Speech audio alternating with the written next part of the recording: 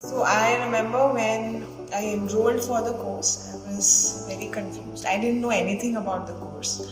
I didn't know anything about SBY either. But I don't know why. I just signed up for it.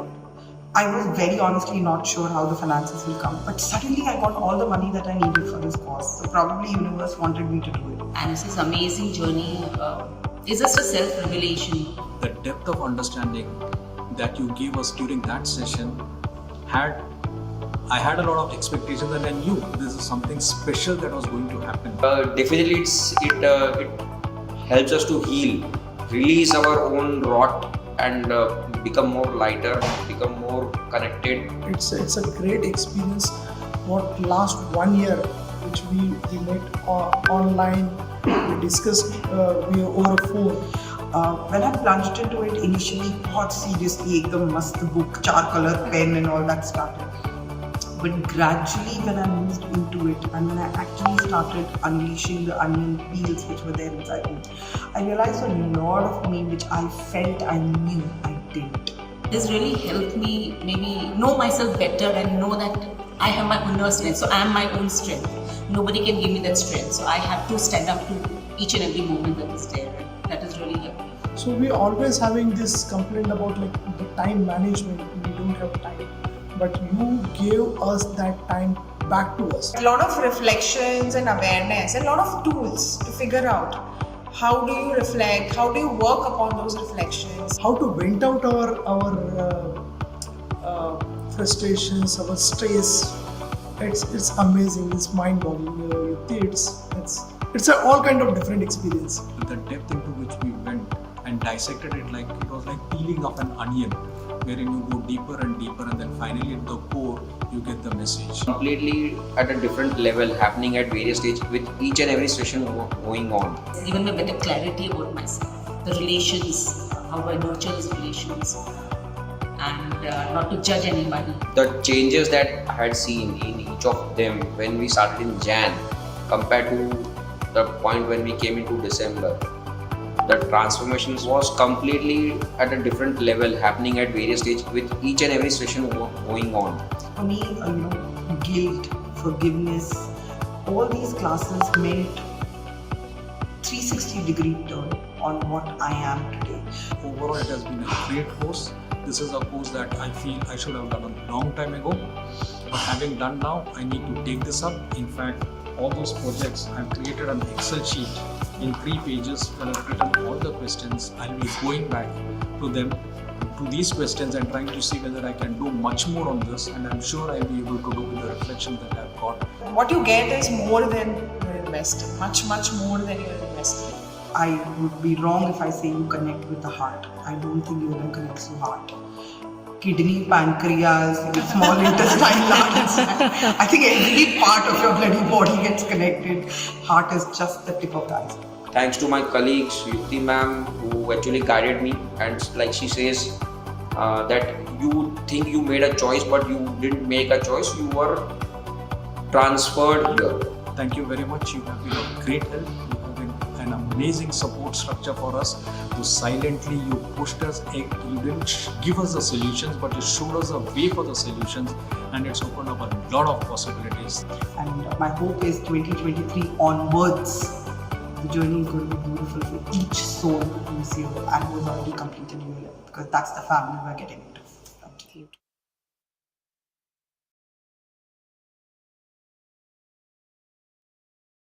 Well, good evening, beautiful people. Thank you so much for joining me here for today's Leadership Satsang. I'm your leadership coach, Yukti Kapoor Mehendi Ratta. Today, we are asking a question which is a bit of a rhetorical question because the answer is in the question. But there is a question within the question which I want to explore with you. So, is leadership a relationship? What is your answer to that? Is leadership a relationship? Is that a yes or a no? Is leadership a relationship? Give it to me quickly in the comments. What do you think? Is it a relationship? Is that a yes? Do you think leadership is also a relationship? I think the answer can be either a yes or a yes. Because yes, it is. It is a relationship. And so the question is, what makes this relationship better? How is it that some people seem to be leading very effortlessly? They ask somebody to do something and it is done, right? They don't even need to remind people of their designation, but people just follow.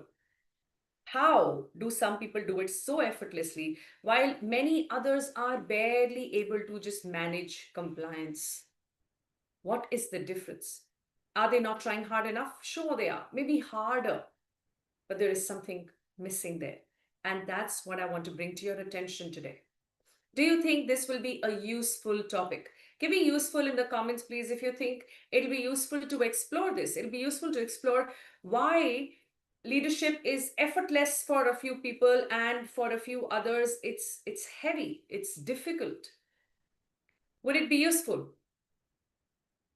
Yeah, leading by example, absolutely. But how do we do that?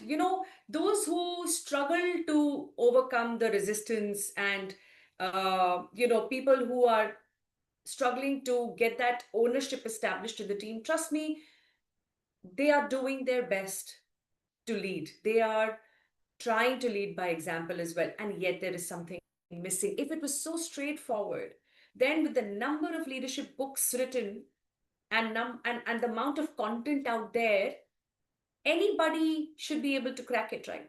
You just read those leadership books and you will see a very clear overlap. Most of the books are saying the same stuff. And even if you look at different frameworks, there is so much overlap there. And there's probably a reason for that. And the reason is that the concepts are not too different.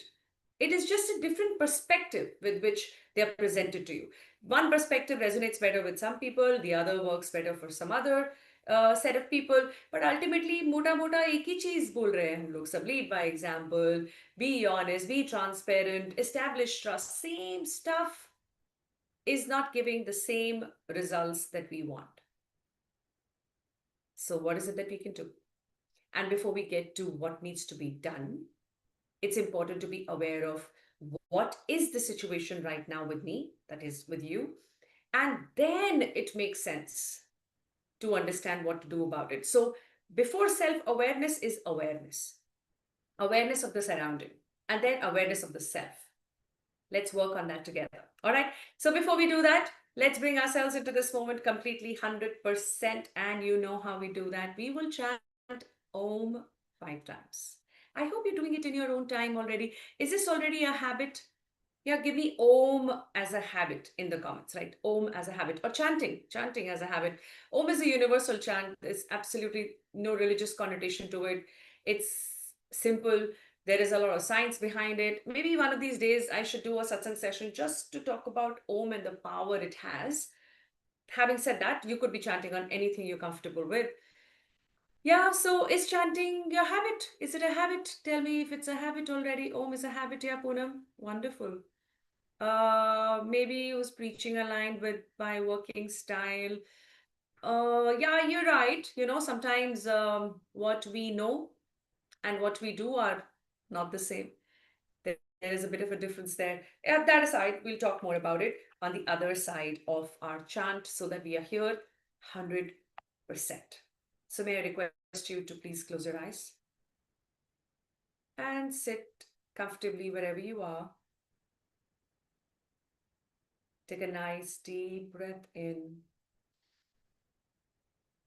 and breathe out. And just for a few minutes, let's just forget about everything and everyone. We haven't come with anyone in this life, right? We weren't born with anybody. And I'm a mother of twins, and they were pretty much born together, yet two different individuals, two different souls. So as much as we need to connect with people outside and around us, we need to first connect with that soul within. These silent moments give us an opportunity to do that. So shall we? Another beautiful breath in and out. And with the next breath in, we will chant Om as we exhale. Breathe in.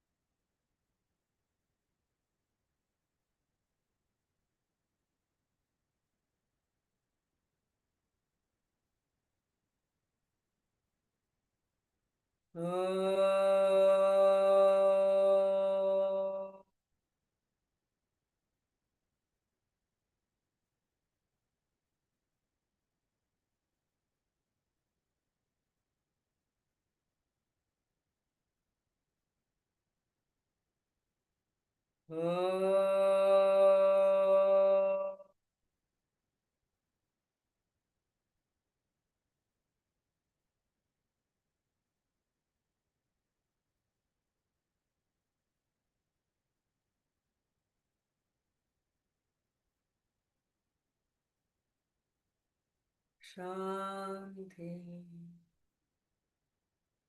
Shanti, Shanti.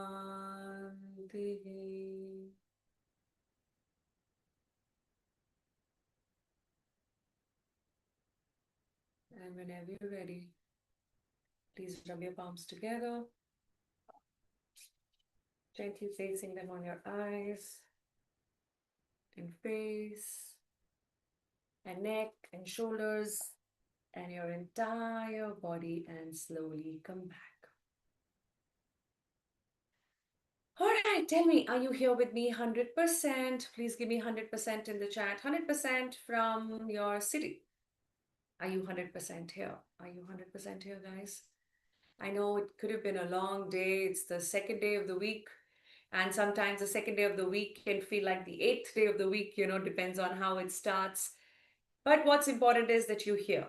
And that's what matters so much to me, that you hear and you use these satsang sessions as your me time. Thank you so much for doing that. Thank you for giving yourself this me time. All right, Puram is here, 100%. Deepa is here, 100%. Fantastic. Do we have everybody here 100% with me? Yeah, Abundant Indiran is here, 100%. Wonderful. Okay, you're driving. Please be safe. Thank you for connecting. And thank you for taking this time out to understand how to make leadership a relationship. Why is it important for leadership to become a relationship? Is because only then can trust be established, right?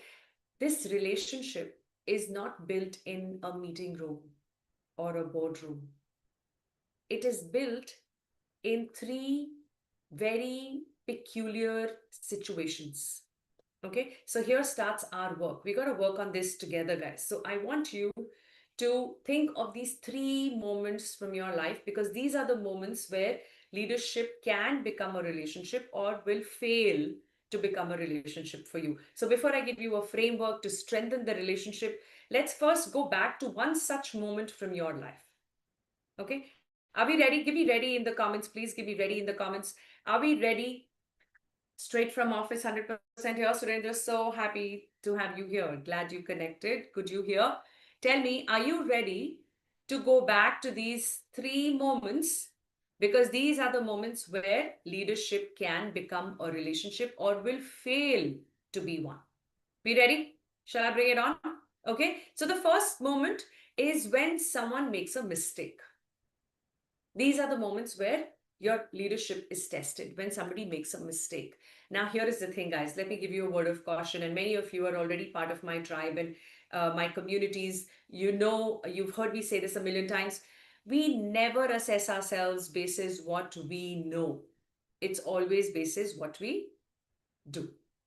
Right? So this is a reflection moment, an opportunity to really reflect on your actions, not your knowledge. You know it. Do you act upon it? That's the question.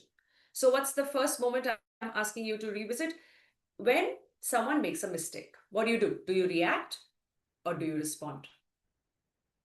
And how do they feel? Do they feel smaller because they've made a mistake, or do they feel supported by you? These are the moments when we create what we call as psychological safety. We read so much about it, right? Trust is all about psychological safety. How is psychological safety created? It's in these moments when people make mistakes. So think about it. What is it that you do? And it might not be I react or I respond. It's somewhere in between. I know that. But the question here is, where is it tilted towards? Is it more towards reacting? Is it more towards responding? The second moment that I want you to revisit is when someone disagrees with you. Think about it, okay? You are a subject matter expert. You're the head of this department. And somebody says, "Hey, you know what, Deepa, I think you're not making sense. I disagree with what you're saying." Now, what do?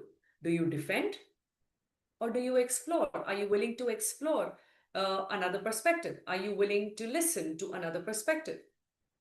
And I also want you to take your attention to how they feel. Do they feel heard when they don't agree with you? Or do they feel shut down? And why will they feel shut down? Because they see you defending yourself.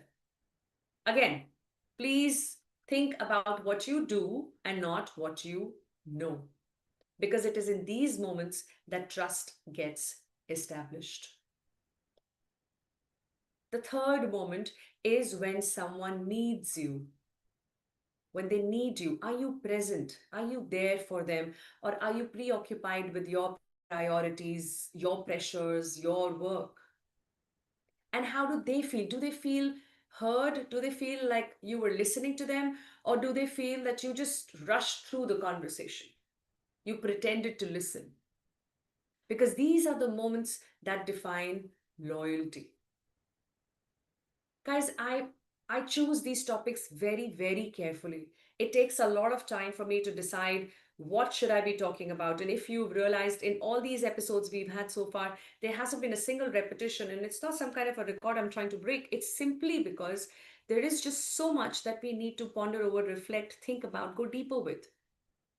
So I want you to be very, very real with your reflections in our satsang sessions.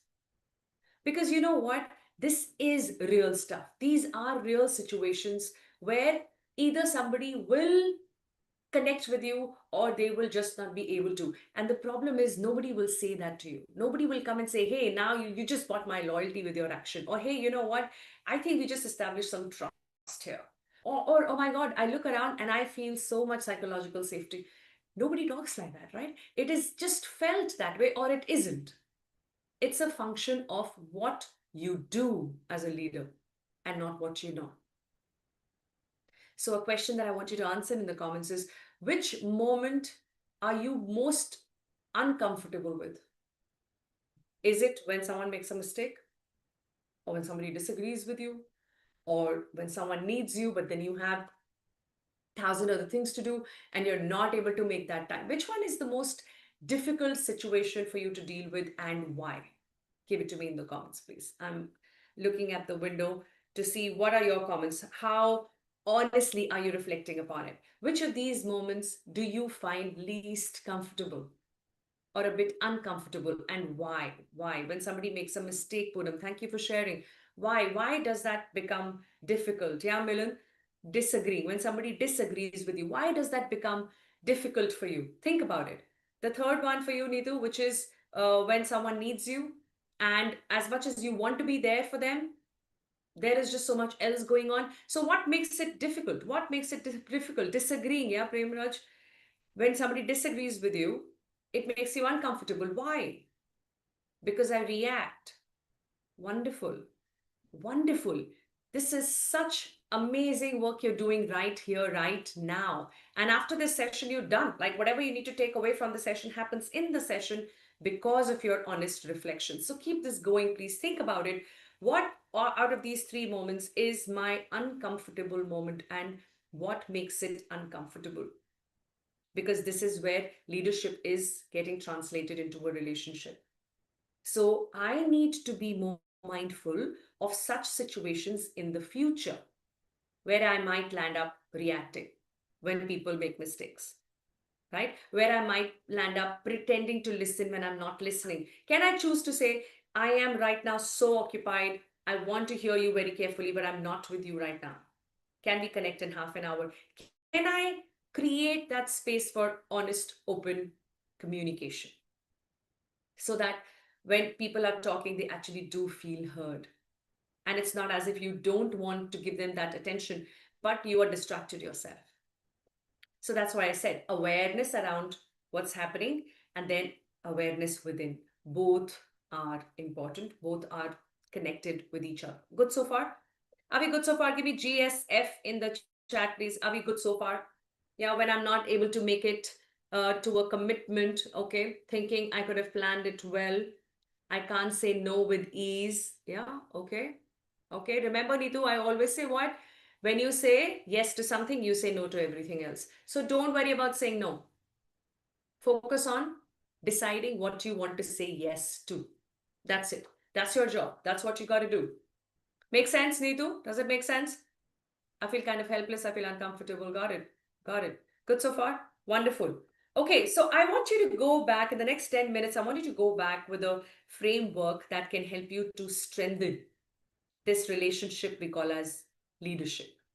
And because as leaders, we are expected to care for people we lead, why don't we use CARE as an acronym to remind ourselves of what needs to be done to strengthen this relationship? So can you please write down CARE, CARE, and let's expand this and see how this acronym can help us to strengthen our relationship with people we lead. So what is C? C stands for consistency. Do people experience me the same way whether I'm having a good day or I'm having a bad day? Right? So am I predictable, or does my mood dictate the relationship? I remember in one of the organizations, I was quite junior. There was this senior person giving yarn to somebody levels junior to him, and he said, one trick of the trade, I'll tell you, when you really have to be, keep people tight and hold them on this tight rope and get results from them, what you need to remember is that you need to be absolutely unpredictable. Like, your people should keep guessing what will happen today. And that is what will keep them on tenterhooks. That is what will keep them on their toes all the time. And they will keep, kind of doing what they need to do to not rub you on the wrong side.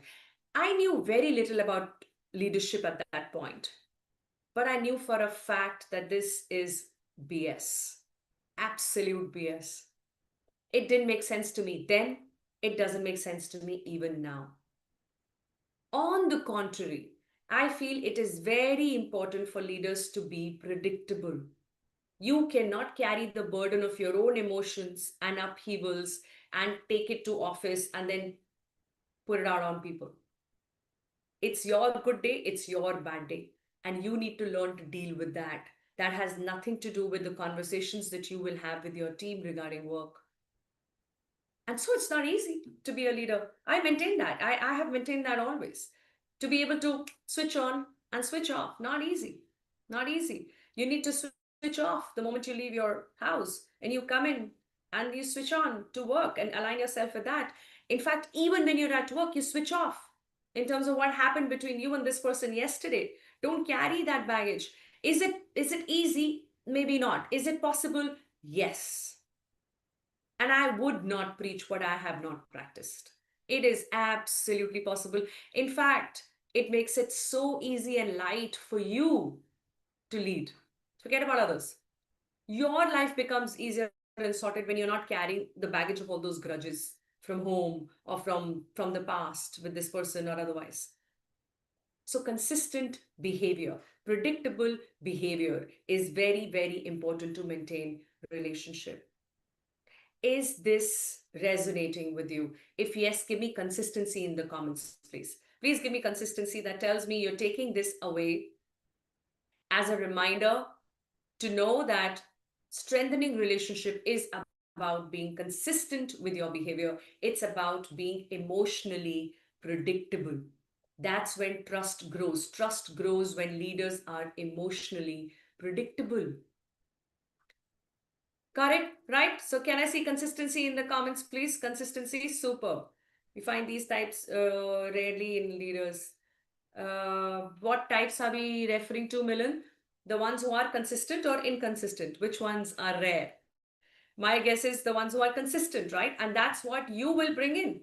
You will bring in the maturity required to lead when you're able to maintain a consistent behavior through the good and the bad days of life. What does A stand for? Availability. Am I accessible only for tasks or work? Or am I also accessible, available for any conversation people want to have with me? Do people feel that they can approach me without practicing in their own space? How will they say? What will they say? Without all that pressure, can they just come and speak to me? Do they feel easy about it? Because people don't need time. What they need is to be able to connect emotionally, is to be able to share, is to know that you are there. Oh, that even rhymes. It rhymes, right? They want to share and know that you are there because it's important. If they don't feel that you're there, they would not share. And if they're not sharing, then you're not getting to know the people you are leading. You are just managing tasks. And in today's time, there is enough and more technology available to do that, right? But edge to edge connection will only improve and strengthen and will become more and more important as AI gets deeply integrated into everything we do, which already is the case, isn't it? So, what is A? Availability. How available are you to your team? Think about it. Think about it. And if I were to ask you to scale yourself, 10 means like you're absolutely available. They can just walk up to you and share what they like. And 1 means, oh God, they would think 100 times before they come to you. Where are you? Somewhere in between. So, what's that number for you? What's that number for you? Give it to me in the chat.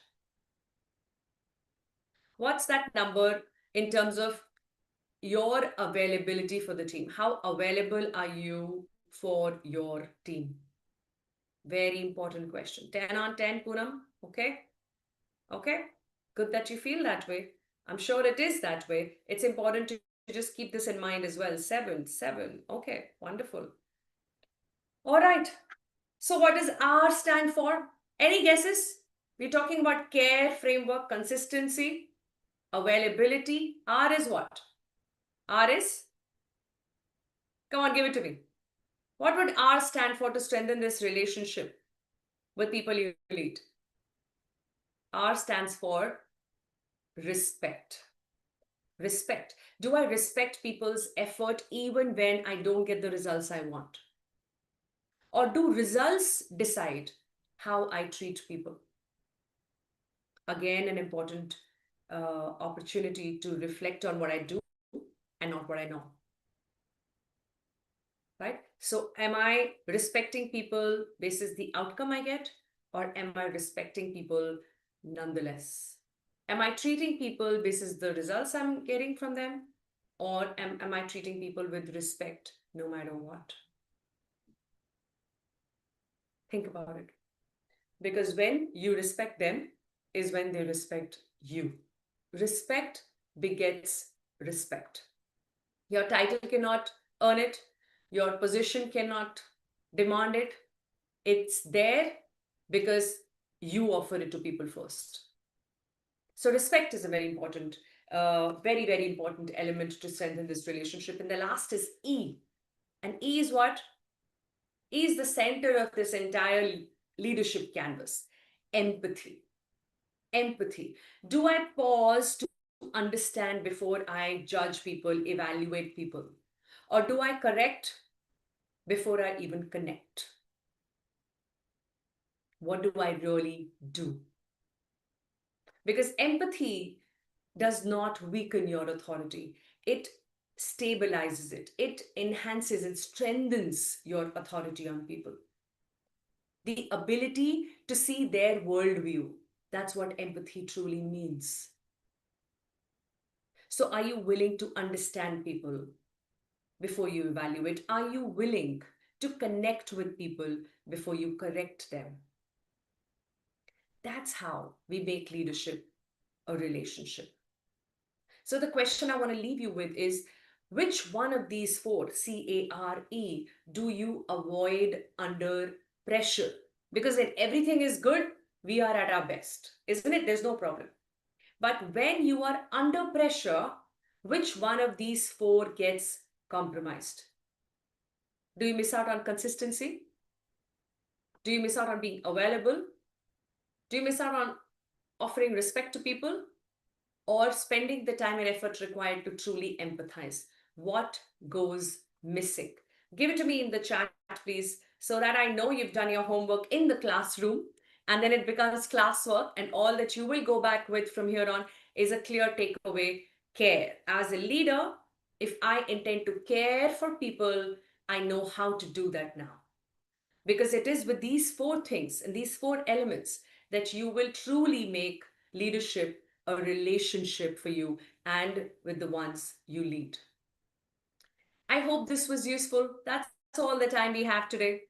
I'm really hoping that you will bring this care to life even when you're under pressure, even when things are not going well, because that's when your mettle is truly tested. That's when you are tested for how good you are as a leader. And I have no doubt that you're not just good, but also somebody who's investing consciously to be better and better. And that's what brings you here. And that's what brings me here every single week. So thank you. We conclude today's satsang session with this discussion. And I will see you next week with another important insight in the space of leadership and spirituality. Enjoy your Valentine's Day and this love relationship you have with all these beautiful people around in your life. And please do include those who want to look up to you, because they know that there is something to learn. And our job is to just make that learning easier. Thank you so much. Wish you all a very, very happy Valentine's Day in advance. God bless you all. I will see you next week.